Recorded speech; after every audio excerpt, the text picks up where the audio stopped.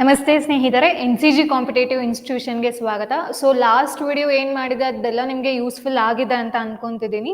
So ಇವಾಗ next continue session ಇರುತ್ತೆ ಅಂತ ನಾನು ಹೇಳಿದ್ದಲ್ಲ ನಿಮಗೆ. ಸೊ ಆ ಸೆಷನ್ ಮಾಡೋಣ ಹಾಗಾದ್ರೆ. ಸೊ ಈ ವಿಡಿಯೋದಲ್ಲಿ ನಾನು ಯಾವ್ಯಾವ ಟಾಪಿಕ್ನ ಡಿಸ್ಕಸ್ ಮಾಡ್ತಿದ್ದೀನಿ ಅಂತ ಅಂದರೆ ಎಕ್ಸಾಮ್ ವೈಸ್ ಬಂತು ಅಂದಾಗ ಯಾವ್ಯಾವ ಟಾಪಿಕ್ ಇಂಪಾರ್ಟೆಂಟ್ ಅಂತ ಅಂದರೆ ಯಾವುದು ಡಿಗ್ರೀಸ್ ಆಫ್ ಕಂಪ್ಯಾರಿಸನ್ ಇರ್ಬೋದು, ಮತ್ತೆ ಒನ್ ವರ್ಡ್ ಸಬ್ಸ್ಟಿಟ್ಯೂಷನ್ ಇರ್ಬೋದು, ಅದ್ರ ಜೊತೆಗೆ PQRS ಮತ್ತೆ ಪ್ಯಾಸೇಜ್ ಇವೆರಡೂ ಕೂಡ ನಮಗೆ ತುಂಬಾ ಟೈಮ್ ಕನ್ಸ್ಯೂಮ್ ಆಗುತ್ತೆ ಅಲ್ವಾ. ಸೊ ಅದರಿಂದ ಪ್ಯಾಸೇಜ್ ಓದ್ದಲೇನೆ ಹೇಗೆ ನಾವು ಆನ್ಸರ್ ಮಾಡೋದು, ಹಾಗೆ PQRS ಅಷ್ಟೇ. ಇವಾಗ ಎಲ್ಲಾ ಸ್ಟೇಟ್ಮೆಂಟ್ಸು ನಾವು ಓದ್ಕೊಂಡು ಕುತ್ಕೊಂಡ್ವಿ ಅಂದ್ರೆ ಎಷ್ಟು ಟೈಮ್ ಕನ್ಸ್ಯೂಮ್ ಆಗುತ್ತೆ, ಮತ್ತೆ ಅದ್ರಲ್ಲಿ ಕನ್ಫ್ಯೂಷನ್ಸ್ ಬೇರೆ ಇರುತ್ತೆ. PQRS ಫಾರ್ ಎಕ್ಸಾಂಪಲ್ ಇವಾಗ 4 ಅಥವಾ 5 ಕೊಟ್ಟಿದ್ರು ಅಂದ್ರೆ ಅದ್ರಲ್ಲಿ ಎರಡು ಮಾಡೋದೇನೆ ದೊಡ್ಡ ಸಾಹಸ ಆಗ್ಬಿಡುತ್ತೆ ಒಂದೊಂದ್ಸತಿ.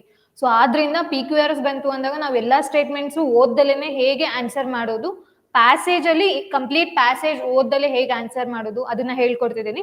ಸೊ ನೋಡೋಣ ಹಾಗಾದ್ರೆ. ಫಸ್ಟ್ ಕಾನ್ಸೆಪ್ಟ್ ಬಂದ್ರು ನಿಮ್ಗೆ ಡಿಗ್ರೀಸ್ ಆಫ್ ಕಂಪ್ಯಾರಿಸನ್. ನೋಡಿ ಇಲ್ಲಿ ಇವಾಗ ಡೈರೆಕ್ಷನ್ಸ್ ನೀವು ಓದ್ಕೊಳ್ಳಿ. ಸೊ ಡೈರೆಕ್ಷನ್ಸ್ ಮತ್ತೆ ಓದ್ಕೊಂಡು ಕುತ್ಕೊಂಡ್ರೆ ಟೈಮ್ ಆಗುತ್ತಲ್ಲ. ಸೊ ಡೈರೆಕ್ಷನ್ಸ್ ಅಲ್ಲಿ ನಾವು ಯಾವ ಡಿಗ್ರಿ ಕೊಟ್ಟಿದ್ದಾರೆ ಅದನ್ನ ನಾವು ಫೈಂಡ್ ಔಟ್ ಮಾಡಿ ಅಂತ ಹೇಳಿದ್ದಾರೆ. ಸೊ ನೋಡಿ ಫಸ್ಟ್ ಇಲ್ಲಿ Dolly works dash Dan Tom ಅಂತ ಇದೆ. ಸೊ ಒಂದು ಅರ್ಥ ಮಾಡ್ಕೊಳ್ಳಿ, ಇವಾಗ ನಮ್ಗೆ ಗೊತ್ತಿದೆ ಡಿಗ್ರೀಸ್ ಆಫ್ ಕಂಪ್ಯಾರಿಸನ್ ಅಲ್ಲಿ ಎಷ್ಟು ಬರುತ್ತೆ ಟೈಪ್ಸ್, 3 ಬರುತ್ತೆ. ಒಂದು ಪಾಸಿಟಿವ್, ಕಂಪ್ಯಾರಿಟಿವ್, ಇನ್ನೊಂದು ಸೂಪರ್ಲೇಟಿವ್. ಫಸ್ಟ್ ನೀವು ಯಾವುದೇ ಡಿಗ್ರಿ ಓದ್ಬೇಕು ಅಂತ ಅಂದ್ರೂ ಅದ್ರದ್ದು ಫಾರ್ಮೆಟ್ ಅಂತ ಇರುತ್ತಲ್ವಾ, ಆ ಫಾರ್ಮೆಟ್ ನೀವು ತಿಳ್ಕೊಂಡ್ರಿ ಅಂತ ಅಂದ್ರೆ ನಿಮ್ಗೆ ಕಂಪ್ಲೀಟ್ ಈಸಿ ಆಗುತ್ತೆ. ಅಂಡ್ ಇನ್ನೊಂದೇನಂದ್ರೆ ಅವ್ರು ಯಾವುದೇ ತರಹದ ಕ್ವಶನ್ ಕೊಡ್ಲಿ ಅದು ಯಾವ ಫಾರ್ಮೆಟ್ ಅಲ್ಲಿ ಇದೆ ಅನ್ನೋದು ಗೊತ್ತಿರ್ಲಿ ಮೊದಲು. ಇಲ್ಲ ಅಂತ ಅಂದ್ರೆ ನಿಮ್ಗೆ ಆಪ್ಷನ್ಸ್ ಅಲ್ಲಿ ಕನ್ಫ್ಯೂಷನ್ ಆಗುತ್ತೆ. ಓಕೆನಾ. ಸೊ ಇಲ್ಲಿ ಅಬ್ಸರ್ವ್ ಮಾಡಿ, ನಾವು ಡ್ಯಾನ್ ಅಂತ ಎಲ್ಲಿ ಬಳಸ್ತೀವಿ, ಡ್ಯಾನ್ ಅಂತ ಎಲ್ಲಿ ಬರುತ್ತೆ, ಕಂಪ್ಯಾರಿಟಿವ್ ಡಿಗ್ರಿಲಿ ಅಲ್ವಾ. ಸೊ ಹಾಗಾದ್ರೆ ಇದು ಯಾವ ಡಿಗ್ರಿಲಿ ಇದೆ, ಕಂಪ್ಯಾರಿಟಿವ್ ಡಿಗ್ರಿಲಿ ಇದೆ. ಸೊ ಕಂಪ್ಯಾರಿಟಿವ್ ಡಿಗ್ರಿಲಿ ಇನ್ನೊಂದೇನು ನಾವು ಆಡ್ ಆನ್ ಮಾಡೋದು, ER ನ ಆಡ್ ಆನ್ ಮಾಡ್ತೀವಲ್ವಾ ಸಫಿಕ್ಸ್ ಆಗಿ. ಫಾರ್ ಎಕ್ಸಾಂಪಲ್ ಇವಾಗ ನೋಡಿ ಇಲ್ಲಿ ಇದು ಕ್ವಶನ್ ಬಂದು ನಿಮ್ಗೆ ಕಂಪ್ಯಾರಿಟಿವ್ ಡಿಗ್ರಿಲಿ ಇದೆ. ಆಪ್ಷನ್ಸ್ ಅಲ್ಲಿ ನಾವು ER ನ ಫೈಂಡ್ ಔಟ್ ಮಾಡ್ಬೇಕಾಗತ್ತೆ. ಸೊ ER ಎಲ್ಲಿದೆ, ಹಾರ್ಡೆಸ್ಟ್ ಬರಲ್ಲ. ಯಾಕೆ ಹಾರ್ಡೆಸ್ಟ್ ಬರಲ್ಲ, ಸೊ EST ಯಾವ್ದಕ್ಕೆ ಆಡ್ ಆನ್ ಆಗಿರುತ್ತೆ, ಸೂಪರ್ಲೇಟಿವ್ ಡಿಗ್ರಿಗೆ ಸಂಬಂಧಪಟ್ಟಿರೋದು ಇದು. ಸೊ ಆದ್ರಿಂದ ಏನಾಗುತ್ತೆ, ಇದು ಆಪ್ಷನ್ ಆಗಲ್ಲ, ಹಾರ್ಡ್ ಆಗಲ್ಲ. ಹಾರ್ಡ್ ಬಂದು ಯಾವುದು, ಪಾಸಿಟಿವ್ ಡಿಗ್ರಿಗೆ. ಹಾರ್ಡರ್ ಸರಿ ಹೋಗುತ್ತೆ. ಅಂಡ್ ಇನ್ನೊಂದು ಅರ್ಥ ಮಾಡ್ಕೊಳ್ಳಿ, ಸೊ ನೀವು ಪಾಲಿಸಿಲಾಬಿಕ್ ವರ್ಡ್ಸ್ ಅಂತ ಕೇಳಿದಿರೋ ಅಥವಾ ಇಲ್ವೋ ಗೊತ್ತಿಲ್ಲ. ಫಾರ್ ಎಕ್ಸಾಂಪಲ್ ಇವಾಗ ಡಿಫಿಕಲ್ಟ್ ಅಂತ ತಗೊಳ್ಳೋಣ. ಓಕೆನಾ. ಇದಕ್ಕೆ ನಾವು ಕಂಪ್ಯಾರಿಟಿವ್ ಡಿಗ್ರಿಗೆ ER ಆಗ್ಲಿ ಅಥವಾ EST ಆಗ್ಲಿ ಸೂಪರ್ಲೇಟಿವ್ ಡಿಗ್ರಿಗೆ ನಾವು ಆಡ್ ಆನ್ ಮಾಡಕ್ಕಾಗತ್ತಾ, ಇಲ್ಲ ಅಲ್ಲ. ಸೊ ಇದನ್ನ ನಾವು ಪಾಲಿಸಿಲಾಬಿಕ್ ವರ್ಡ್ಸ್ ಅಂತ ಹೇಳ್ತೇವೆ. ಸೊ ಇದಕ್ಕೆ ನಾವು ಆಡ್ ಆನ್ ಮಾಡ್ಬೇಕು ಅಂತ ಅಂದಾಗ ಏನಾಗತ್ತೆ ಅಂದ್ರೆ ಕಂಪ್ಯಾರಿಟಿವ್ ಡಿಗ್ರಿಲಿ ಮೋರ್ ಡಿಫಿಕಲ್ಟ್ ಅಂತ ಆಗತ್ತೆ, ಅದೇ ಸೂಪರ್ಲೇಟಿವ್ ಡಿಗ್ರಿಲಿ ಮೋಸ್ಟ್ ಡಿಫಿಕಲ್ಟ್ ಅಂತ ಆಗತ್ತೆ. ಓಕೆನಾ. ನಾನು ಆಗ್ಲೇ ಹೇಳ್ದೆ, ಸೊ ಏನಾಗುತ್ತೆ ನಾವು ಸೀದಾ ಒಂದೇ ತರ ಓದ್ಕೊಂಡು ಹೋದಾಗ ಸೊ ಅದ್ರ ಜೊತೆ ಎಕ್ಸೆಪ್ಷನ್ಸ್ ಇರುತ್ತಲ್ವಾ, ಎಕ್ಸೆಪ್ಷನ್ಸ್ ಅಲ್ಲಿ ನಮ್ಗೆ ಕ್ವಶನ್ಸ್ ಜಾಸ್ತಿ ರೇಸ್ ಆಗುತ್ತೆ. ಆದ್ರಿಂದ ತುಂಬಾ ಚೆನ್ನಾಗಿ ನಾವು ಗ್ರಾಮರ್ನ ಓದ್ಕೋಬೇಕಾಗತ್ತೆ. ಸೊ ನೋಡಿ ಇಲ್ಲಿ more difficult and most difficult. ಮತ್ತೆ ಇನ್ನೊಂದೇನಂದ್ರೆ ಕೆಲವೊಂದಷ್ಟು ಕೂಡ ಎಕ್ಸೆಪ್ಷನ್ಸ್ ಇದೆ. For example one of the ಬಂತು ಅಂದಾಗ ಏನ್ ಮಾಡ್ಬೇಕಾಗತ್ತೆ ಕಂಪ್ಯಾರಿಟಿವ್ ಡಿಗ್ರಿಲಿ, ಸೂಪರ್ಲೇಟಿವ್ ಡಿಗ್ರಿಲಿ ಏನ್ ಮಾಡ್ಬೇಕು. ಸೊ ಇದಕ್ಕೆ ಹಾಗಾದ್ರೆ ಆನ್ಸರ್ ಏನು, harder is the right answer. Next ನೋಡೋಣವಾ. ಸೊ ನೋಡಿ she speaks dash of all ಅಂತ ಇದೆ. ಸೊ ಹಾಗಾದ್ರೆ ಪಾಸಿಟಿವ್ ಡಿಗ್ರಿ ಬಂದು ಒಬ್ರ ಬಗ್ಗೆ ಹೇಳೋದಾಗತ್ತೆ, ಕಂಪ್ಯಾರಿಟಿವ್ ಡಿಗ್ರಿ ಬಂದು ಇಬ್ರ ಮಧ್ಯೆ ಕಂಪ್ಯಾರಿಸನ್ ಮಾಡ್ಬೇಕು ಅಂದ್ರೆ ನಾವು ಕಂಪ್ಯಾರಿಟಿವ್ ಡಿಗ್ರಿನ ಬಳಸ್ತೀವಿ. ಸೂಪರ್ಲೇಟಿವ್ ಡಿಗ್ರಿನ ಯಾವಾಗ ಬಳಸ್ತೀವಿ, ಸೊ ಒಂದಷ್ಟು ಜನಕ್ಕೆ ನಾವು ಕಂಪ್ಯಾರಿಸನ್ ಮಾಡ್ಬೇಕು ಅಂತ ಅಂದಾಗ, ಫಾರ್ ಎಕ್ಸಾಂಪಲ್ ಸೇಮ್ ಕ್ಲಾಸ್ ಇರ್ಬೋದು ಅಥವಾ ಫ್ಯಾಮಿಲಿ ಇರ್ಬೋದು, ಈ ತರ ನಾವು ಕಂಪ್ಯಾರಿಸನ್ ಮಾಡ್ಬೇಕು ಅಂದಾಗ ಏನ್ ಮಾಡ್ತೀವಿ, ಸೂಪರ್ಲೇಟಿವ್ ಡಿಗ್ರಿನ ಬಳಸ್ತೀವಿ. ಬಟ್ ಕನ್ವರ್ಷನ್ಸ್ ಅಲ್ಲಿ ಡಿಫರ್ಸ್ ಅಲ್ಲ. ಸೊ ಫಾರ್ ಎಕ್ಸಾಂಪಲ್ ಸೂಪರ್ಲೇಟಿವ್ ಇಂದ ಕಂಪ್ಯಾರಿಟಿವ್ ಡಿಗ್ರಿ ಕನ್ವರ್ಷನ್ ಆಗಿರುತ್ತೆ, ಮತ್ತೆ ಕಂಪ್ಯಾರಿಟಿವ್ ಇಂದ ಪಾಸಿಟಿವ್ ಡಿಗ್ರಿ ಕಂಪ್ಯಾರಿಸನ್ ಆಗಿರುತ್ತೆ ಅಲ್ವಾ, ಕನ್ವರ್ಷನ್ ಆಗಿರುತ್ತೆ. ಸೊ ಈ ಟೈಮಿಂಗ್ಸ್ ಅಲ್ಲಿ ಸೆಂಟೆನ್ಸಸ್ ಚೇಂಜ್ ಆಗುತ್ತೆ, ಅದು ಕೂಡ ಒಂದು ಎಕ್ಸಾಂಪಲ್ ಇದೆ. ಸೊ ಇಲ್ಲಿ ಫಸ್ಟ್ ನೋಡೋಣ second question, she speaks dash of all ಅಂತ ಇದೆ. ಫಸ್ಟ್ ಇದು ಯಾವ ಫಾರ್ಮೆಟ್ ಅಲ್ಲಿ ಇದೆ ಅಂತ ಅಂದ್ರೆ ಇದು ಯಾವ ಡಿಗ್ರಿಲಿ ಇದೆ ಅಂತ ಗೊತ್ತಾಗ್ಬೇಕಾಗುತ್ತೆ. ಯಾವ ಡಿಗ್ರಿಲಿ ಇದೆ ಇದು, ಸೂಪರ್ಲೇಟಿವ್ ಡಿಗ್ರಿಲಿ ಇದೆ ಅಲ್ವಾ. ಸೊ ಹಾಗಾದ್ರೆ ಸೂಪರ್ಲೇಟಿವ್ ಡಿಗ್ರಿಗೆ ನಾನು ಏನ್ ಹೇಳಿದೆ, EST ಆಡ್ ಆನ್ ಆಗುತ್ತೆ ಸಫಿಕ್ಸ್ ಆಗಿ ಅಂತ ಹೇಳಿದೆ. ಸೊ ಇಲ್ಲಿ EST ಯಾವ್ದಿದೆ, ಲೌಡೆಸ್ಟ್ ಅಲ್ವಾ. ಇದು ಪಾಲಿಸಿಲಾಬಿಕ್ ವರ್ಡ್ ಅಲ್ಲ ಲೌಡ್ ಅನ್ನೋದು. ಸೊ ಲೌಡ್ 3 ಫಾರ್ಮೆಟ್ ಇದೆ, ಅದು ಯಾವುದು, ಲೌಡ್, ಲೌಡರ್ ಅಂಡ್ ಲೌಡೆಸ್ಟ್ ಅಲ್ವಾ. Loud, louder and loudest. So ಈ 3 ಇದೆ, 3 ಫಾರ್ಮೆಟ್ ಇದೆ. ಸೊ ಆದ್ರಿಂದ ನಾವು ಇದನ್ನ ಪಾಲಿಸಿಲಾಬಿಕ್ ವರ್ಡ್ ಅಂತ ಹೇಳೋಕ್ ಆಗಲ್ಲ. ಆದ್ರಿಂದ ಆನ್ಸರ್ ಯಾವ್ದಾಗತ್ತೆ, ಲೌಡೆಸ್ಟ್ ಆಗುತ್ತೆ. ಓಕೆನಾ. ಸೊ ನಿಮ್ಗೆ ಎಲ್ಲಾ ತರಹದ ಡೈಮೆನ್ಷನ್ ಇಂದ ಕ್ವಶನ್ಸ್ ಹೇಗ್ ಬರುತ್ತೆ ಅಂತ ಗೊತ್ತಿದ್ರು ಮಾತ್ರ ನೀವು ಆನ್ಸರ್ ಮಾಡಕ್ಕಾಗತ್ತೆ. ಈಸಿಯಾಗಿ ಆನ್ಸರ್ ಮಾಡ್ಬೋದಲ್ವಾ. ಡಿಗ್ರೀಸ್ ಆಫ್ ಕಂಪ್ಯಾರಿಸನ್ ಬಂತು ಅಂದ್ರೆ ಇಂಗ್ಲಿಷ್ ಗ್ರಾಮರ್ ಅಲ್ಲಿ ಅತಿ ಈಸಿ ಅಂತಾನೆ ಹೇಳ್ಬೋದು. ಸೊ ನೆಕ್ಸ್ಟ್ ನೋಡೋದಾದ್ರೆ he doesn't Singh as dash as she does ಅಂತ ಇದೆ. ಇದು ಯಾವ ಡಿಗ್ರಿ ಇದೆ ಅದು ಇಂಪಾರ್ಟೆಂಟ್. ಫಾರ್ ಎಕ್ಸಾಂಪಲ್ ಇವಾಗ ಇದು ಪಾಸಿಟಿವ್ ಡಿಗ್ರಿ ಇದೆ, ಕಂಪ್ಯಾರಿಟಿವ್ ಅಲ್ಲಿ ಯಾಕಿಲ್ಲ, ಸೂಪರ್ಲೇಟಿವ್ ಅಲ್ಲಿ ಯಾಕಿಲ್ಲ ಅಂತ ನೋಡ್ಬೋದು. ನಾನು ಆಗ್ಲೇ ಏನ್ ಹೇಳ್ದೆ, ಕಂಪ್ಯಾರಿಸನ್ ಮಾಡ್ತಿತ್ತು ಅಂದ್ರೆ ಏನಾಗುತ್ತೆ, ಇಬ್ರ ಮಧ್ಯೆ ಕಂಪ್ಯಾರಿಸನ್ ಮಾಡ್ತಿರ್ತೀವಿ, ಸೂಪರ್ಲೇಟಿವ್ ಅದಕ್ಕಿಂತ ಜಾಸ್ತಿ ಇರುತ್ತೆ. ಬಟ್ ಕನ್ವರ್ಷನ್ಸ್ ಬಂತು ಅಂದಾಗ ಚೇಂಜ್ ಆಗುತ್ತೆ ಸ್ಟೇಟ್ಮೆಂಟ್ಸ್ ಗಳು, ಓಕೆನಾ. ಸೊ ಇದು ಪಾಸಿಟಿವ್ ಡಿಗ್ರಿಲಿ ಇದೆ. ಫಾರ್ ಎಕ್ಸಾಂಪಲ್ ನೀವು ಒಂದು ಹೇಗೆ ಇದನ್ನ ಕನ್ಸಿಡರ್ ಮಾಡೋದು ಪಾಸಿಟಿವ್ ಡಿಗ್ರಿಲಿ ಅಂತ ಅಂದ್ರೆ ಈಸ್ ಆಸ್ ಗ್ರೇಟ್ ಆಸ್ ಅಂತ ಬರುತ್ತೆ, ಓಕೆನಾ. ಈಸ್ ಆಸ್ ಗ್ರೇಟ್ ಆಸ್ ಇರ್ಬೋದು ಅಥವಾ ವಾಸ್ ಆಸ್ ಗ್ರೇಟ್ ಆಸ್, ನೀವ್ ಏನಾದ್ರು ತಗೊಳ್ಳಿ. ಇಲ್ಲಿ ಆಸ್ ಗ್ರೇಟ್ ಆಸ್ ಈ ಫಾರ್ಮ್ಯಾಟ್ ಬರುತ್ತೆ ಗೊತ್ತಾ. ಇದು ಇಲ್ಲಿ ಬೇರೆ ಯಾವುದೇ ಕಂಪ್ಯಾರಿಸನ್ ಇರ್ಬೋದು, ಯಾವ್ದಾದ್ರು ಕ್ವಾಲಿಟಿ ಬೇರೆ ಇರ್ಬೋದು, ಬಟ್ ಈ ಫಾರ್ಮ್ಯಾಟ್ ಏನಿದೆ ಇದು ಪಾಸಿಟಿವ್ ಡಿಗ್ರಿಲಿ ಬರುವಂತದ್ದು. ಸೊ ಇಲ್ಲಿ ನೀವು ಅಬ್ಸರ್ವ್ ಮಾಡಿ, ಆಸ್ ಡ್ಯಾಶ್ ಆಸ್ ಇದ್ರಲ್ಲಿ ಐಡೆಂಟಿಫೈ ಮಾಡ್ಬೋದಲ್ವಾ. ಇದನ್ನ ನಾವು ಕಂಪ್ಯಾರಿಸನ್ ಹೇಳಕ್ಕಾಗತ್ತಾ? ಕಂಪ್ಯಾರಿಸನ್ ಅಲ್ಲಿ ಏನ್ ಬರುತ್ತೆ ಅಂತ ಅಂದ್ರೆ ಡ್ಯಾನ್ ಬರುತ್ತೆ ಅಂದ್ರೆ, ಇಲ್ಲಿ ಎಲ್ಲಾದ್ರೂ ಡ್ಯಾನ್ ಇದೆಯಾ? ಇಲ್ಲ. ಇ ಎಸ್ ಟಿ ಇದೆಯಾ? ಇ ಎಸ್ ಟಿಗೆ ನಾವು ಕಂಪ್ಯಾರಿಸನ್ ಮಾಡಕ್ ಆಗಲ್ಲ ಇದನ್ನ. ಸೊ ಆದ್ರಿಂದ ಏನಾಗುತ್ತೆ, ಇದು ಪಾಸಿಟಿವ್ ಡಿಗ್ರಿಲಿ ಇದೆ. ಸೊ ಪಾಸಿಟಿವ್ ಡಿಗ್ರಿಲಿ ಅಂತ ಏನಂತೆ ನಾನು ಫಾರ್ ಎಕ್ಸಾಂಪಲ್ ಮೊದಲನೇ ಆಪ್ಷನ್ ಇಂದ ನೋಡೋಣ. ಮೆಲೋಡಿಯಸ್ಲಿ ಅನ್ನೋದು ಮೊದಲನೇ ಆಪ್ಷನ್, ಓಕೆನಾ. So melodious E S T add on ಆಗಿದೆ. E S T add on ಆದ್ರೆ ಏನಂತ ಹೇಳಿದೆ, ಸೂಪರ್ಲೇಟಿವ್ ಡಿಗ್ರಿ ಅಂತ ಹೇಳಿದೆ. ಮೆಲೋಡಿಯರ್ ಇಯರ್ ಬಂತು ಅಂದ್ರೆ ಏನಾಗುತ್ತೆ, ಕಂಪ್ಯಾರಿಟಿವ್ ಡಿಗ್ರಿ ಆಗುತ್ತೆ. ಮೋರ್ ಮೆಲೋಡಿ, ಮೋರ್ ಅನ್ನೋದು ಎಲ್ಲಿರುತ್ತೆ, ಕಂಪ್ಯಾರಿಟಿವ್ ಡಿಗ್ರಿಲಿ ಇರುತ್ತೆ. ಸೊ ಹಾಗಾದ್ರೆ ಇಲ್ಲಿ ಪಾಸಿಟಿವ್ ಡಿಗ್ರಿ ಸೂಟಬಲ್ ಆಗೋ ಆಪ್ಷನ್ ಯಾವ್ದಿದೆ, ಮೆಲೋಡಿಯಸ್ಲಿ. ಎಷ್ಟು ಈಸಿಯಾಗಿ ಫೈಂಡ್ ಔಟ್ ಮಾಡ್ಬೋದಲ್ವಾ ಡಿಗ್ರೀಸ್ ಆಫ್ ಕಂಪ್ಯಾರಿಸನ್ ಅನ್ನ. ಸೊ ಎಷ್ಟು ಪಾಸಿಬಲ್ ಆಗುತ್ತೋ ಅಷ್ಟು ಪಾಸಿಬಲ್ ಕ್ವಶನ್ಸ್ ನ ನೀವು ಪ್ರಾಕ್ಟೀಸ್ ಮಾಡಿ, ಅದು ತುಂಬಾ ಇಂಪಾರ್ಟೆಂಟ್ ಆಗುತ್ತೆ. ಸೊ ಅದ್ರ ಜೊತೆಗೆ ಇನ್ನೊಂದು ಅನೌನ್ಸ್ಮೆಂಟ್ ಇದೆ. ಇದೇ ಗುರುವಾರ ಅಂತ ಅಂದ್ರೆ 11ನೇ ತಾರೀಕು ಜನವರಿ ನಿಮ್ಗೊಂದು ವೆಬಿನಾರ್ ಇದೆ. ಯಾರಿಗೆ ಅಂತ ಅಂದ್ರೆ ಕಾಲೇಜ್ ಗೋಯಿಂಗ್ ಸ್ಟೂಡೆಂಟ್ಸ್ ಇರ್ತಾರಲ್ವಾ, ಸೊ ಅವ್ರಿಗೆ ಮತ್ತೆ ವರ್ಕ್ ಪ್ರೊಫೆಷನಲ್ಸ್ಗೆ ಎಸ್ಪೆಷಲಿ. ಏನು ಅಂತ ಅಂದ್ರೆ Jan 8 ಹೊಸ ಬ್ಯಾಚ್ ಸ್ಟಾರ್ಟ್ ಆಗ್ತಿದೆ. ಅದು ಈವ್ನಿಂಗ್ ಬ್ಯಾಚ್ 6 to 8:30 ವರ್ಗು ಕೂಡ ಇರುತ್ತೆ ಅದು. ಸೊ ಅದ್ರ ಬಗ್ಗೆ ನಿಮ್ಗೆ ಏನಾದ್ರು ಡಿಸ್ಕಷನ್ಸ್ ಇರ್ಬೋದು ಅಥವಾ ಡೌಟ್ಸ್ ಮತ್ತೆ ಏನಾದ್ರು ಕ್ಲಾರಿಫಿಕೇಶನ್ ಬೇಕು ಅಂತಂದ್ರೆ ಆ ವೆಬಿನಾರ್ ಅಲ್ಲಿ ಅವರು ಹೇಳ್ತಾ ಹೋಗ್ತಾರೆ. ಸೊ ಯಾರ್ಯಾರಿಗೆ ಇಂಟ್ರೆಸ್ಟ್ ಇದೆ ಅವರು ಇನ್ಸ್ಟಿಟ್ಯೂಷನ್ ನ ಕಾಂಟ್ಯಾಕ್ಟ್ ಮಾಡ್ಬೋದು. ಸೊ ನೆಕ್ಸ್ಟ್ ಟಾಪಿಕ್ ಹೋಗೋಣ. ನಾನು ಆಗ್ಲೇ ಹೇಳ್ದೆ, ಸೊ PQRS ಮತ್ತೆ ಪ್ಯಾಸೇಜ್ ಬಂತು ಅಂದ್ರೆ ನಿಮ್ಗೆ ಏನಾಗುತ್ತೆ, ಸೊ ಟೈಮ್ ಕನ್ಸ್ಯೂಮ್ ಮಾಡಕ್ಕೆ ಅಂತಾನೆ ನಿಮ್ಗೆ ಅವರು ತುಂಬಾ ಕೊಟ್ಟಿರ್ತಾರೆ. PQRS ಮೊನ್ನೆ ಲೇಟೆಸ್ಟ್ ಎಕ್ಸಾಮ್ ಅಲ್ಲೂ ಅಷ್ಟೇ ಹಾಗೆ ಆಯ್ತು. ಸೊ 2-3 ಪ್ಯಾಸೇಜ್ ಕೊಟ್ಟಿದ್ರು. ಸೊ ನೀವು ಪ್ಯಾಸೇಜ್ ಓದ್ತಾ ಏನಾಗುತ್ತೆ, ಟೈಮ್ ಕನ್ಸ್ಯೂಮ್ ಆಗೇ ಆಗತ್ತಲ್ವಾ. ಸೊ ಆದ್ರಿಂದ ಅವರು ಕೊಟ್ಟಿರ್ತಾರೆ. ಸೊ ನಾವು ಕೂಡ ಅದಕ್ಕೆ ಈಸಿಯೆಸ್ಟ್ ಟ್ರಿಕ್ ನ ಹುಡ್ಕೋಬೇಕಾಗತ್ತೆ. ನೀವು PQRS ಅಥವಾ ಪ್ಯಾಸೇಜ್ ಬಂತು ಅಂದ್ರೆ ನಿಮ್ಗೆ ಗ್ರಾಮರ್ ಪಾರ್ಟ್ ಅಲ್ಲಿ ನಾವು ಅಷ್ಟು ರಿಲೇಟ್ ಮಾಡಕ್ ಆಗಲ್ಲ. ಬಟ್ ನೋಡೋಣ ಹಾಗಾದ್ರೆ. ಸೊ ಫಸ್ಟ್ ಯಾವುದೇ ಇದಕ್ಕೆ PQRS ಬಂತು ಅಂದಾಗ ಒಂದು ತಿಳ್ಕೊಳ್ಳಿ, ಸ್ಟಾರ್ಟಿಂಗ್ ನಾವು ಯಾವಾಗ ಅಟೆಂಪ್ಟ್ ಕೊಡಕ್ ಹೋಗ್ತೀವಲ್ವಾ, ಫಾರ್ ಎಕ್ಸಾಂಪಲ್ ಇವಾಗ ಟ್ರೈ ಮಾಡಕ್ ಹೋಗ್ತೀವಿ, ಮೊದಲನೇ ಕ್ವಶನ್ ಅಂತ ಅನ್ಕೊಳ್ಳೋಣ. ಇಲ್ಲಿ ಇದೆಲ್ರಿಗೂ ಗೊತ್ತಿರುತ್ತೆ ಏನು, ಫಸ್ಟ್ ಯಾವ್ದಿದೆ, ಫಾರ್ ಎಕ್ಸಾಂಪಲ್ 6 P S ಮತ್ತೆ P ಇದೆ, ಇಲ್ಲಿ Q ಇಲ್ಲ. ಸೊ Q ಸ್ಟಾರ್ಟಿಂಗ್ ಅಲ್ಲಿ ಬರೋ ಅವಶ್ಯಕತೆ ಇಲ್ಲ. ಸೊ Q ಯಾರು ಫಸ್ಟ್ ಓದಲ್ಲ ಅಲ್ವಾ. ಸೊ ಏನಾಗುತ್ತೆ ನೆಕ್ಸ್ಟ್, ಇವಾಗ ಫಸ್ಟ್ ಸ್ಟೇಟ್ಮೆಂಟ್ ನಾವು ಚೂಸ್ ಮಾಡ್ತೀವಿ ಗೊತ್ತಾ. ಫಾರ್ ಎಕ್ಸಾಂಪಲ್ ಇವಾಗ P 2 ಕಡೆ ಇದೆ, S 1 ಕಡೆ, R 1 ಕಡೆ ಇದೆ. ನಾನೇನು ಒಂದು ಓದ್ತೀನಿ, the year 1938 was considered the golden age of comics ಅಂತ ಇದೆ. ಸೊ ಇಲ್ಲಿಂದ ನಾನು ಸ್ಟೇಟ್ಮೆಂಟ್ ತಗೋತೀನಿ ಗೊತ್ತಾ. ಸೊ ಇಲ್ಲಿಂದ ಇಲ್ಲಿ ಯಾವುದೇ PQRS ಗೆ ನಾನು ಯಾವುದೇ ಸ್ಟೇಟ್ಮೆಂಟ್ ಕನೆಕ್ಟ್ ಮಾಡ್ಬೇಕು ಅಂತಂದಾಗ ಕನ್ಫ್ಯೂಷನ್ ಆಗುತ್ತೆ ಸ್ಟಾರ್ಟಿಂಗ್ ಅಲ್ಲಿ, ಯಾವ್ದು ಫಸ್ಟ್ ಬರ್ಬೇಕು ಅಂತ. ಸೊ ಅವಾಗ ಏನ್ ಮಾಡ್ಬೇಕು ಅಂತಂದ್ರೆ ರಿವರ್ಸ್ ಆರ್ಡರ್ ಹೋಗ್ಬೇಕಾಗತ್ತೆ. ಯಾಕೆ ಅಂತ ಅಂದ್ರೆ ಇಲ್ಲಿ ನಾನು 2 ತರ ಹಾಕಿದ್ದೀನಿ. ಅಂದ್ರೆ ಒಂದು ಸ್ಟಾರ್ಟಿಂಗ್ ನೀವು ಏನು ಸೀದಾ ಬರುವಂತದ್ದು, ಓಕೆನಾ. ಸೊ ಸ್ಟಾರ್ಟಿಂಗ್ ಅಲ್ಲೇ ನಿಮ್ಗೆ ಕೆಲವೊಂದಷ್ಟಕ್ಕೆ ಆನ್ಸರ್ ಸಿಕ್ಬಿಡುತ್ತೆ. ಇನ್ನೊಂದು ರಿವರ್ಸ್ ಆರ್ಡರ್ ಅಲ್ಲಿ ಹೋಗ್ಬೇಕಾಗತ್ತೆ. ರಿವರ್ಸ್ ಆರ್ಡರ್ ಹೇಗೆ ಅಂತ ಹೇಳ್ತೀನಿ. ಸೊ ಫಸ್ಟ್ ಈ ಎಕ್ಸಾಂಪಲ್ ನ ಕನ್ಸಿಡರ್ ಮಾಡೋಣ.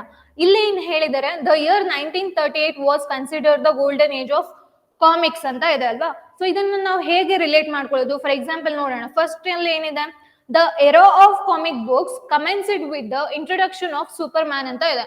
ಇದಕ್ಕೆ ರಿಲೇಟೆಡ್ ಇದೆ ಅಲ್ವಾ, ರಿಲೇಟೆಡ್ ಇದೆ. ಇದನ್ನ ನಾವು ಕನ್ಸಿಡರ್ ಮಾಡ್ಬೋದು ಈ ಆಪ್ಷನ್. ನೆಕ್ಸ್ಟ್ P ನೋಡೋಣ. P ಇಂದ ಇಲ್ಲಿ ಕನೆಕ್ಷನ್ ಇಲ್ಲ. The super hero comic books reached its peak because of all the GIS fighting in World War 2 ಅಂತ ಹೇಳ್ತಾರೆ. ಸೊ ಇಲ್ಲಿಗೆ ಕನೆಕ್ಷನ್ ಇದೆಯಾ, ಇಲ್ಲ. ಸೊ ಹಾಗಾದ್ರೆ 2 ಆಪ್ಷನ್ ಎಲಿಮಿನೇಟ್ ಆಗತ್ತೆ ಅಲ್ವಾ. ಸೊ ಇನ್ನೊಂದು ಆಪ್ಷನ್ ಯಾವುದು, ಎಸ್ ಅಬ್ಸರ್ವ್ ಮಾಡಿ. A regulatory body was created to curb the violent influence the books had on children ಅಂತ ಇದೆ. ಏನಾದ್ರು ಕನೆಕ್ಷನ್ ಸಿಗ್ತಿದ್ಯಾ ನಿಮ್ಗೆ, ಇಲ್ಲ. ಸೊ ಆದ್ರಿಂದ ಆನ್ಸರ್ ಯಾವ್ದಾಗಿರುತ್ತೆ, ಫಸ್ಟ್ ಒನ್ ಆಗಿರುತ್ತೆ. ಅಲ್ವಾ? ಸೊ ಫಸ್ಟ್ ಒನ್ ಆನ್ಸರ್ ಆಗಿರುತ್ತೆ. ಸೊ ಅಬ್ಸರ್ವ್ ಮಾಡಿ, ಸ್ಟಾರ್ಟಿಂಗ್ ಅಲ್ಲೇ ನಿಮ್ಗೆ ಆನ್ಸರ್ ಸಿಕ್ಬಿಡುತ್ತೆ ಕೆಲವೊಂದಕ್ಕೆ. ಇಲ್ಲ ನನಗೆ ಕನ್ಫ್ಯೂಷನ್ ಆಗ್ತಿದೆ ಅಂತ ಅಂದ್ರೆ ರಿವರ್ಸ್ ಆರ್ಡರ್ ಅಲ್ಲಿ ಹೋಗ್ಬೇಕಾಗತ್ತೆ. ರಿವರ್ಸ್ ಆರ್ಡರ್ದು ಒಂದ್ಸತಿ ನಾನು ಹೇಳ್ಕೊಡ್ತೀನಿ. ಮತ್ತೆ ಇನ್ನೊಂದು ತಿಳ್ಕೊಳ್ಳಿ, ಒಂದ್ಸತಿ ನೀವು ಯಾವಾಗ ಆಪ್ಷನ್ ಚೂಸ್ ಮಾಡ್ತೀರಲ್ವಾ, ಸೊ ಅದನ್ನ ಎಷ್ಟು ಬೇಗ ಆಗುತ್ತೋ ಅಷ್ಟು ಬೇಗ ಆ ಸ್ಟೇಟ್ಮೆಂಟ್ಸ್ ನ ಓದ್ಕೊಳ್ಳಿ. ಫಾರ್ ಎಕ್ಸಾಂಪಲ್, ನಾವು ಇದನ್ನ ಆರ್ ನ ಫಸ್ಟ್ ಅಂತ ಅಂದ್ರೆ ಈ ಆನ್ಸರ್ ನ ನಾವು ಚೂಸ್ ಮಾಡಿದೀವಿ ಆರ್ ಅಂತ ಅಲ್ವಾ. ಸೊ ಆರ್ ಇಂದ ಪಿ ಗೆ ಕನೆಕ್ಷನ್ ಇದೆಯಾ, ಅಂಡ್ ಮೋರ್ ಓವರ್ ಏನಂದ್ರೆ ಒಂದು ಸ್ಟೇಟ್ಮೆಂಟ್ ಇಂದ ಇನ್ನೊಂದು ಸ್ಟೇಟ್ಮೆಂಟ್ ಗೆ ಕನೆಕ್ಷನ್ ಇದೆಯಾ ಇಲ್ವಾ ಅದನ್ನು ತಿಳ್ಕೊಬೇಕಾಗತ್ತೆ. ಒಂದ್ಸತಿ ನೀವ್ ಯಾವಾಗ ಆನ್ಸರ್ ಇದೆ ಅಂತ ಚೂಸ್ ಮಾಡ್ತೀರಲ್ವಾ, ಸೊ ಅವಾಗ ಪ್ರತಿಯೊಂದು ಸ್ಟೇಟ್ಮೆಂಟ್ ನೀವು ಕರೆಕ್ಟ್ ಆಗಿದೆಯಾ ಅಂತ ಒಂದ್ಸತಿ ನೋಡ್ಕೋಬೇಕಾಗತ್ತೆ. ಫಾರ್ ಎಕ್ಸಾಂಪಲ್, ನಾನು ಇದನ್ನ ನಿಧಾನಕ್ಕೆ ಹೋಗ್ತೀನಿ, ಯಾಕೆಂತಂದ್ರೆ ನಿಮ್ಗೆ ಎಕ್ಸಾಮ್ ಅಲ್ಲಿ ತುಂಬಾ ಇಂಪಾರ್ಟೆಂಟ್ ಇದೆ. The year 1938 was considered the golden age of comics ಅಂತ ಹೇಳ್ತಿದ್ರೆ. ಸೊ ನೆಕ್ಸ್ಟ್ ಏನಾಗುತ್ತೆ, the era of comic books, era ಅರ್ಥ ಆಗ್ತಿದ್ಯಾ? ಸೊ ಕನೆಕ್ಷನ್ ಇದೆ. The era of comic books commenced with the introduction ಅಂತ ಹೇಳ್ತಿದ್ದಾರೆ, ಕನೆಕ್ಷನ್ ಇದೆ. ಯಾರ್ಗೆ? ಸೂಪರ್ಮ್ಯಾನ್ ಇಂಟ್ರೊಡಕ್ಷನ್ ಮಾಡ್ತೀವಿ ನಾವು ಆ ಟೈಮಿಂಗ್ಸ್ ಅಲ್ಲಿ. ಅದರಿಂದ ನೆಕ್ಸ್ಟ್ ಏನಾಗುತ್ತೆ, ಇಲ್ಲಿಂದ ಇಲ್ಲಿಗೆ ಕನೆಕ್ಷನ್ ಇದೆ. ಓಕೆ, ಆರ್ ನ ಓದಿದ್ವಿ, ಆರ್ ಇಂದ ನೆಕ್ಸ್ಟ್ ಪಿ ಹೋಗ್ಬೇಕಾಗತ್ತೆ. ಪಿ ಏನಿದೆ, the super hero comic books reached its peak because of all the GIS fighting in World War 2 ಅಂತ ಇದೆ. ಓಕೆನಾ? Next Q, the comic books started turning into dark and violent comic books due to adult demands ಅಂತ ಇದೆ. ಓಕೆನಾ? Next ನೋಡೋದಾದ್ರೆ, a regulatory body was created to curb the violent influence the books had on children. ಅರ್ಥ ಆಗ್ತಿದ್ಯಾ? So Q ಇಂದ S ಗೆ connection ಇದೆ, R ಇಂದ ಪಿ ಕನೆಕ್ಷನ್ ಇದೆ, ಪಿ ಇಂದ ಕ್ಯೂ ಇಂದ ಎಸ್, ಈ 4 ಸ್ಟೇಟ್ಮೆಂಟ್ಸ್ಗೂ ಕೂಡ ಕನೆಕ್ಷನ್ ಇದೆ. ಅಂಡ್ ಇನ್ನೊಂದು ಏನಂದ್ರೆ ಲಾಸ್ಟ್, ಫಾರ್ ಎಕ್ಸಾಂಪಲ್ ಇವಾಗ ಎಸ್ ಲಾಸ್ಟ್ ಅಂತ ಕನ್ಸಿಡರ್ ಮಾಡಿದ್ವಿ ಅಲ್ವಾ, ಸೊ ಎಸ್ ಇಂದ ಲಾಸ್ಟ್ 6th ಸ್ಟೇಟ್ಮೆಂಟ್ ಇಂದ ಅದಕ್ಕೂ ಕೂಡ ಕನೆಕ್ಷನ್ ಇರ್ಬೇಕಾಗತ್ತೆ. ಇದೇನ್ ಹೇಳುತ್ತೆ, in the early 1950s the golden age of comic books ended ಅಲ್ವಾ. ಸೊ ಎಸ್ ಅಲ್ಲಿ ಏನಾಗಿತ್ತು, ರೆಗ್ಯುಲೇಟರಿ ಬಾಡಿನ ಅವರು ತಗೊಬಂದ್ರು. ಓಕೆನಾ? ಸೊ ತಗೊಬಂದ್ರು, ಬಟ್ ಎಂಡ್ ಆಗಿದೆ ಯಾವಾಗ, 1950s ಅಲ್ಲಿ ಇದು ಎಂಡ್ ಆಗುತ್ತೆ. 1938 ಅಲ್ಲಿ ಸ್ಟಾರ್ಟ್ ಆಗುತ್ತೆ, 1950s ಅಲ್ಲಿ ಎಂಡ್ ಆಗುತ್ತೆ. ಅರ್ಥ ಆಗ್ತಿದ್ಯಾ? ಇಲ್ಲಿ ನಾವ್ ಎಲ್ಲಾ ಸ್ಟೇಟ್ಮೆಂಟ್ ಓದೋ ಅವಶ್ಯಕತೆ ಇದೆಯಾ? ಫಸ್ಟ್ ನೀವೇನ್ ಮಾಡ್ಬೇಕು, ಯಾವ್ದೇ ಕಾರಣಕ್ಕೂ ಎಲ್ಲಾ ಸ್ಟೇಟ್ಮೆಂಟ್ ಓದ್ಕೊಂಡು ಕುತ್ಕೋಬೇಡಿ. ಫಸ್ಟ್ ನಿಮ್ಗೆ ಸ್ಟಾರ್ಟಿಂಗ್ ಅಲ್ಲೇ ಆನ್ಸರ್ ಸಿಗ್ತಿದ್ಯಾ ಹೋಗಿ, ಇಲ್ವಾ ರಿವರ್ಸ್ ಆರ್ಡರ್ ಅಲ್ಲಿ ಬನ್ನಿ. ರಿವರ್ಸ್ ಆರ್ಡರ್ ನಾನು ಹೇಳ್ಕೊಡ್ತೀನಿ. ಒಂದ್ಸತಿ ನಿಮ್ಗೆ ಆನ್ಸರ್ ಅದು ಕನ್ಫರ್ಮ್ ಆಯ್ತು ಅಂತ ಅಂದ್ಮೇಲೆ ನೀವ್ ಎಲ್ಲಾ ಸ್ಟೇಟ್ಮೆಂಟ್ಸು ಬೇಗ ಓದ್ಕೋಬೇಕಾಗತ್ತೆ. ಸೊ ಕನೆಕ್ಷನ್ ಇದೆಯಾ ಅನ್ನೋದು ತುಂಬಾ ಇಂಪಾರ್ಟೆಂಟ್ ಆಗುತ್ತೆ. ಸೊ ನೆಕ್ಸ್ಟ್ ನೋಡೋಣ, ಇಲ್ಲಿ ನಿಮ್ಗೆ ಈ ಆನ್ಸರ್ ಆಗುತ್ತೆ. ನೆಕ್ಸ್ಟ್ ನೋಡೋದಾದ್ರೆ, Nikhil could not accompany his cousins on a picnic as he was disgraced ಅಂತ ಇದೆ. ಸೊ ಫಸ್ಟ್ ಅಲ್ಲಿ ನಮ್ಗೆ ಯಾವ್ದಾವ್ದು ಇದೆ, ಪಿ ಇದೆ, ಎಸ್ ಇದೆ, ಆರ್ ಇದೆ ಅಂಡ್ ಕ್ಯೂ ಇದೆ. ಓಕೆನಾ? ಸೊ ಇಲ್ಲಿ ಎಲ್ಲಾನು ಇದೆ ಅಲ್ಲ, ಪಿ ಕ್ಯೂ ಆರ್ ಎಸ್ ಇದೆ. ನಮ್ಗೆ ಆಕ್ಚುಲಿ ಇದು ಟಫ್ ಆಗುತ್ತೆ, ಯಾಕಂದ್ರೆ ನಾವು 4 ಸ್ಟೇಟ್ಮೆಂಟ್ಸ್ ಕೂಡ ಓದ್ಕೋಬೇಕಾಗತ್ತೆ.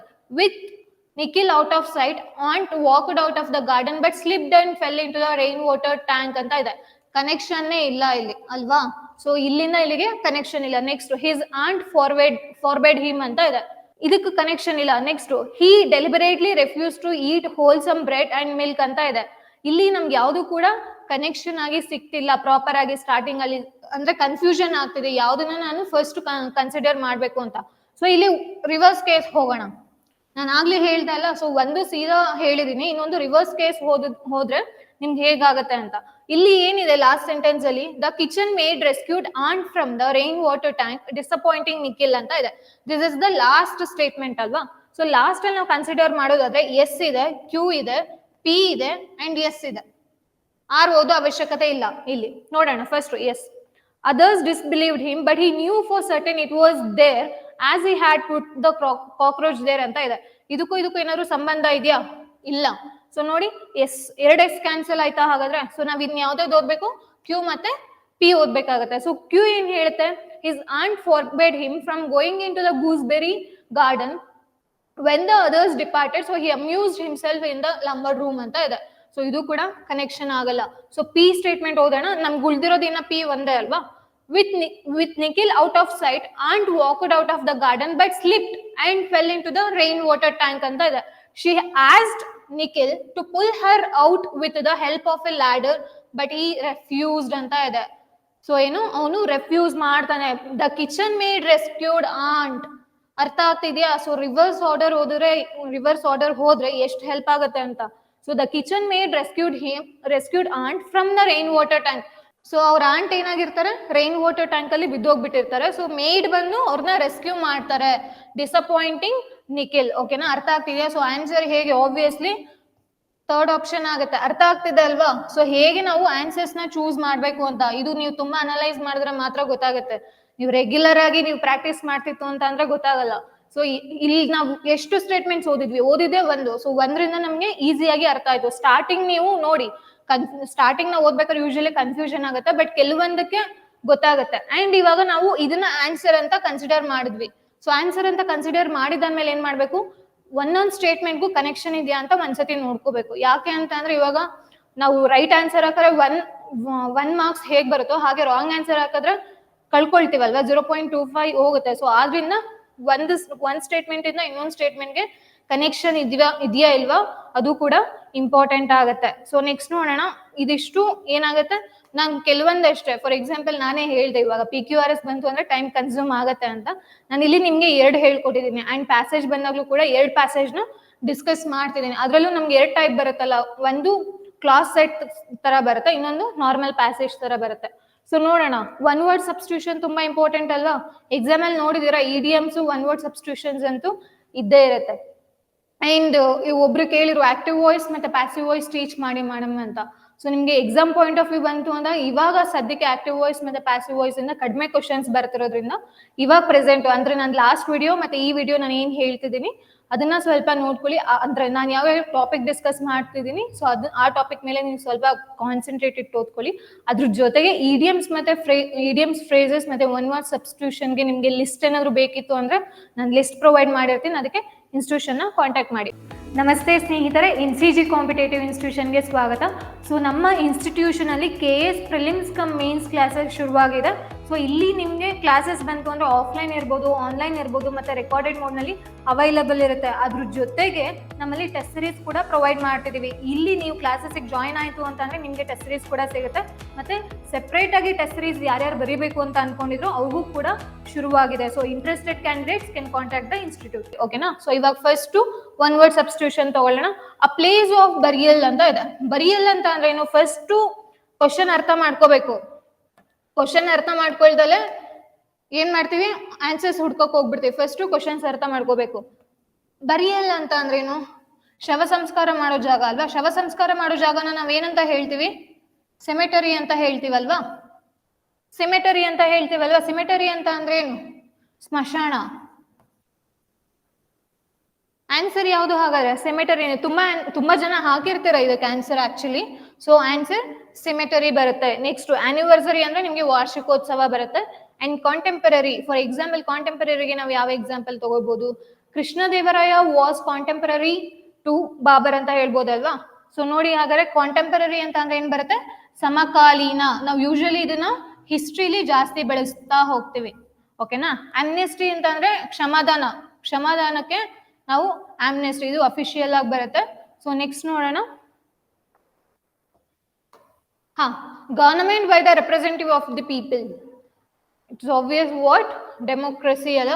ಸೊ ಮ್ಯಾಕ್ಸಿಮಮ್ ಇದಕ್ಕೆ ಕರೆಕ್ಟ್ ಹಾಕಿರ್ತಾರೆ. ದಟ್ ವಿಚ್ ಈಸ್ ಅಗೇನ್ಸ್ಟ್ ಲಾ ಅಂತ ಕೇಳಿದ್ದಾರೆ. ಸೊ ಲಾಗೆ ಆಪೋಸಿಟ್ ಇರುವಂತದ್ದು. ಅಗೇನ್ಸ್ಟ್ ಲಾ ಅಂತ ಅಂದ್ರೆ ಯಾವ್ದನ್ನ ಹೇಳ್ತೀವಿ ನಾವು, ಇಲ್ಲೀಗಲ್ ಅಂತ ಹೇಳ್ತೀವಲ್ವಾ?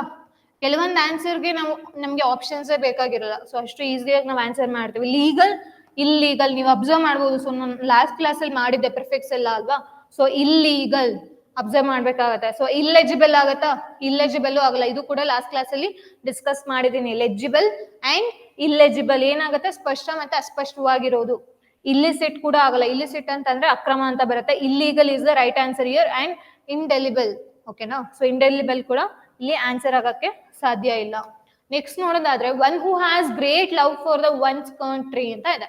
ಇದು ಗೊತ್ತಿದಲ್ಲ ಆನ್ಸರ್ ನಮ್ಗೆ? ಏನ್ ಆನ್ಸರು?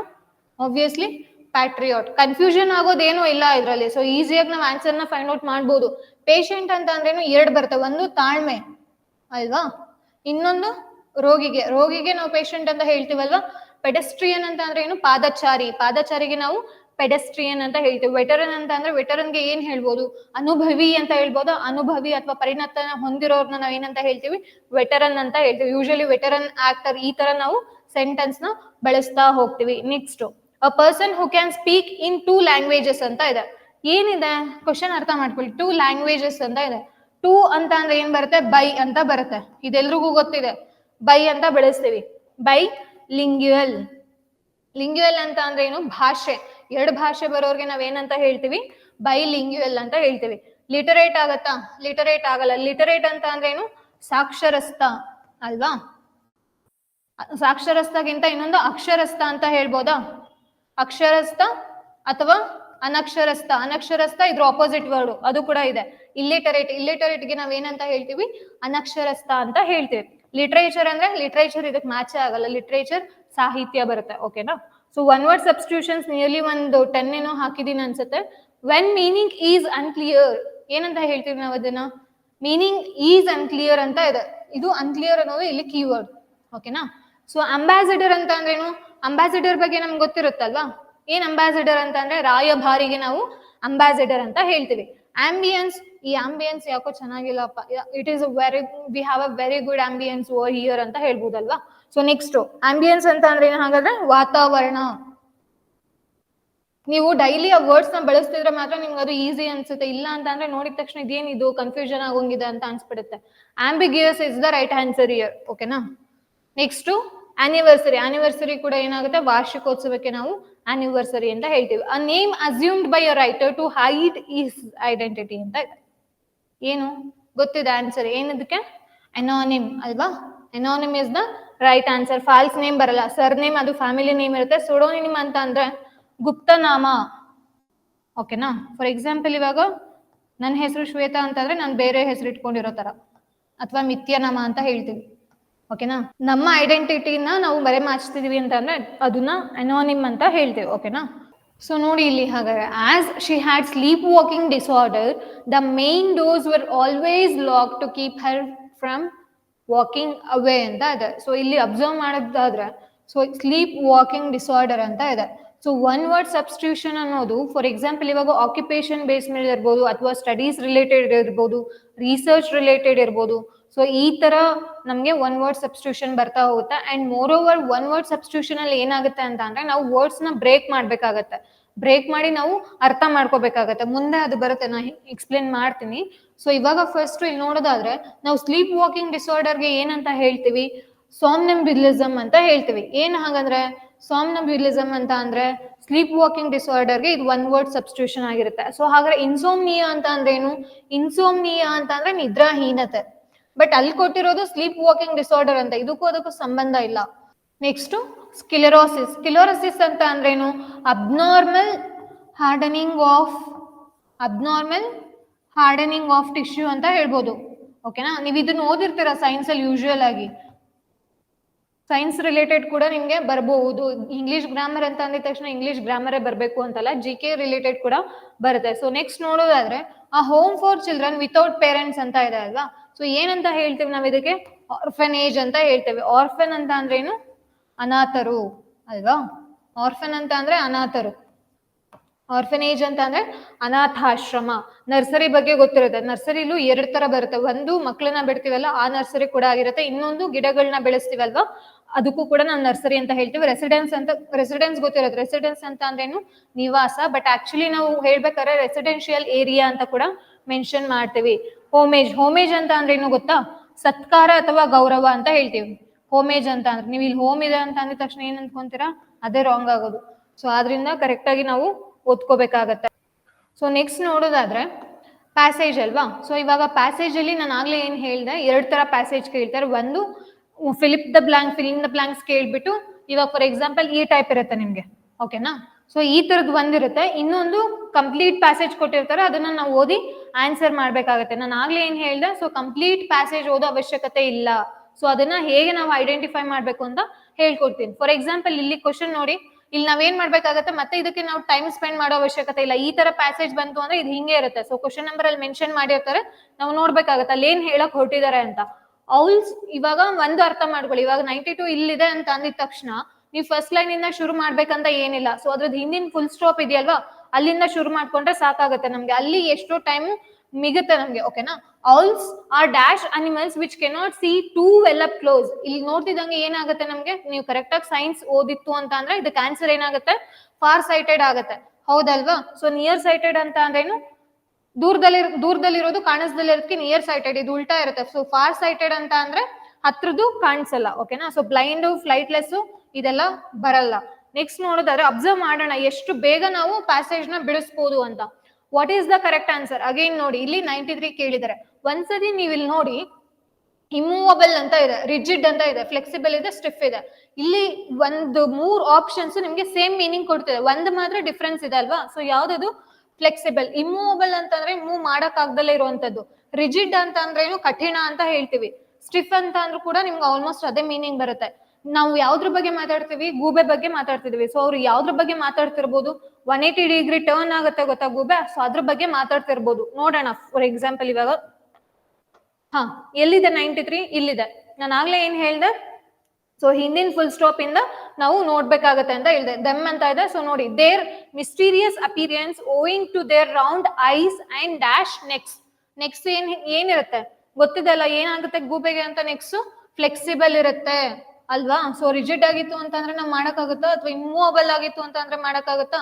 ಕೆಲವೊಂದು ಪ್ಯಾಸೇಜ್ ಅಲ್ಲಿ ನೀವು ಅಲ್ಲೇ ಎಲಿಮಿನೇಟ್ ಮಾಡ್ಬೋದು ಆಪ್ಷನ್ಸ್ ಎಲ್ಲ, ಅದು ಕೂಡ ಕಲೆನೆ ಅಂತಾನೆ ಹೇಳ್ಬೋದು. ಸೊ ಆನ್ಸರ್ ಯಾವ್ದಾಗುತ್ತೆ ಇದಕ್ಕೆ? ಫ್ಲೆಕ್ಸಿಬಲ್ ಆಗುತ್ತೆ. ಅಬ್ಸರ್ವ್ ಮಾಡ್ಬೇಕಾಗುತ್ತೆ. ಸೊ ನೆಕ್ಸ್ಟ್ 94 ಕೊಟ್ಟಿದ್ದಾರೆ. ಇಲ್ಲೂ ನೋಡಿ, ನೀವು ಈ ಕ್ವಶನ್ಗೆ ನೋಡಿ, ಗುಡ್ ಆಮೆನ್ಸ್ ಅಂತ ಇದೆ, ಗುಡ್ ಫೀಲಿಂಗ್ಸ್ ಅಂತ ಇದೆ, ಪಾಸಿಟಿವ್ ವೈಬ್ಸ್ ಅಂತ ಇದೆ. ಎಲ್ಲ ಆಲ್ಮೋಸ್ಟ್ ಸಿಮಿಲರ್ ಮೀನಿಂಗ್ ಅಂತ ಹೇಳ್ಬೋದಾ? ಯಾವ್ದು ಒಂದೇ ಒಂದು ಡಿಫ್ರೆನ್ಸ್ ಇರೋದು? ಬ್ಯಾಡ್ ಒಮೆನ್ಸ್. ಗೂಬೆ ಬಗ್ಗೆ ಮಾತಾಡ್ತಿದೀವಿ ಅಂತಂದ್ರೆ ಏನ್ರ ಬಗ್ಗೆ ಕೊಟ್ಟಿರ್ತಾರೆ? ನಾವು ಗೂಬೆನ ಒಳ್ಳೆ ಶಕುನ ಅಂತ ಹೇಳ್ತೀವಾ? ಕೆಟ್ಟ ಶಕುನ ಅಂತ ಹೇಳ್ತೀವಿ. ಲಾಸ್ಟ್ ನೋಡಿ, ಲಾಸ್ಟ್ ಎಲ್ಲಿಂದ ಸ್ಟಾರ್ಟ್ ಆಗಿದೆ? While many cultures believe that owls are wise creatures because of their nocturnal habits, some associate owls with obviously what? Bad omens ಅಲ್ವಾ? ಸೊ ಅದೇ ಆನ್ಸರ್ ಆಗಿರುತ್ತೆ ನಿಮ್ಗೆ. ಆದ್ರಿಂದ ಆಪ್ಷನ್ಸ್ ಅಲ್ಲೇ ಕೂಡ ನೀವು ಎಲಿಮಿನೇಟ್ ಮಾಡ್ಬೋದು. ಇಲ್ಲಿ ನಾನು ಎಲ್ಲ ಓದ್ದೆ ಪ್ಯಾಸೇಜ್ ಕಂಪ್ಲೀಟ್ ಆಗಿ ಓದೋ ಅವಶ್ಯಕತೆ ಇದೆ? ಪ್ಯಾಸೇಜ್ ನ ಎಲ್ಲ ಓದಿದ್ವಿ? ಓದಿಲ್ಲ. ಸೊ ಹಿಂದಿನ ಫುಲ್ ಸ್ಟಾಪ್ ಇಂದ ನಾವು ಸ್ಟಾರ್ಟ್ ಮಾಡ್ಕೊಂಡ್ವಿ ಅಂತಂದ್ರೆ ನಮ್ಗೆ ಅಲ್ಲೇ ಆನ್ಸರ್ ಸಿಕ್ಬಿಡುತ್ತೆ.